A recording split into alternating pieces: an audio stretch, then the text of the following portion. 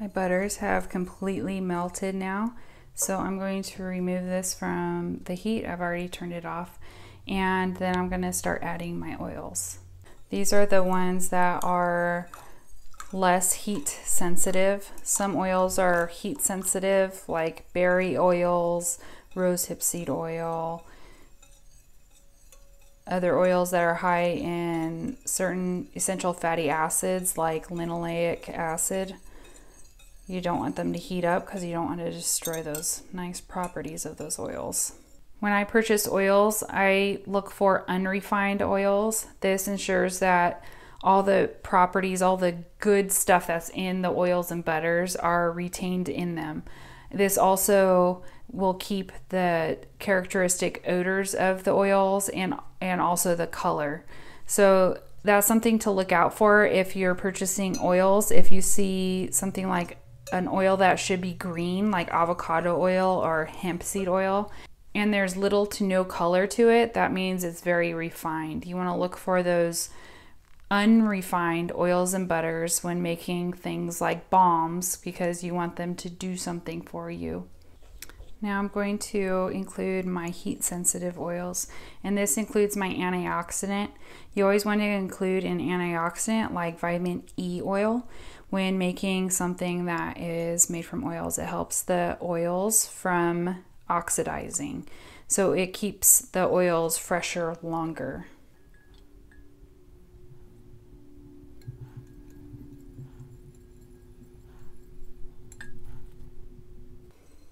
So now I have all my oils mixed in. I'm just missing 1% of the formula, and that's going to be zinc oxide. I'm going to add when this is a little bit more gelatinous, so it really mixes in better with the oils and won't settle to the bottom when it hardens.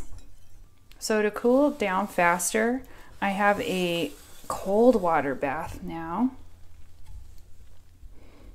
And I'm just going to sit this in there. There's a little bit of ice in there just to help it cool faster. And one tip that I have when cooling down a balm is to continuously stir it.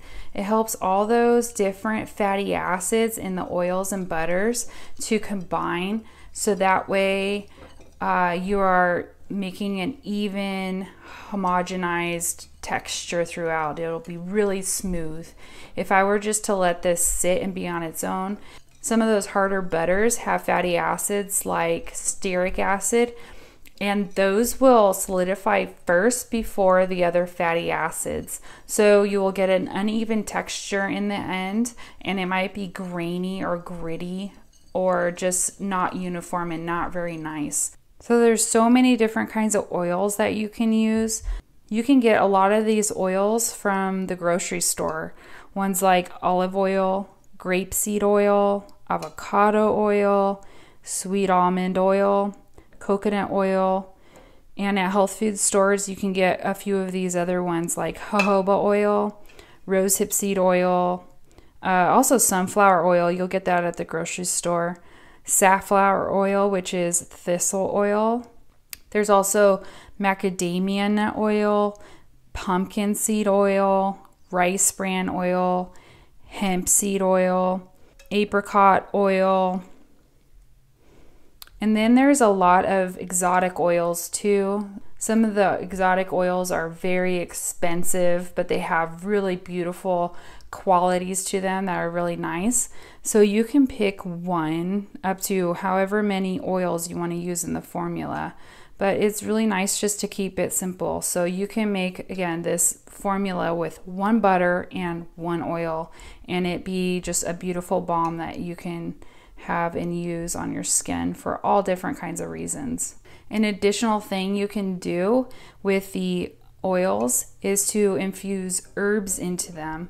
Olive oil is used very commonly to infuse herbs into, and this can be just really any herbs that you want to use in your skincare. Then you can use it into a formula that you want to make. I have several herbs that were infused into oils in this formula here. You can include essential oils to your balm as well. I would suggest looking up the dermal limits for your essential oils because there's a lot of misinformation out there as to how much essential oils is safe for your skin. Every single essential oil has their own dermal limit. And we are just about at trace. It's almost there. I'm going to include the zinc oxide now. It's just 1% of the formula. And I'm including this because it helps with antiseptic qualities to a balm. It helps with wound healing, and it gives a slight drying effect. I do not want to add too much more because I don't want it to be overly drying to the skin. I want it to be nice and healing to it. So this is getting really thick now. You can definitely see the trace. It's just at trace. You can see that when I plop it on top, yep, it's hardening up real fast. So I'm going to take it out of this water bath.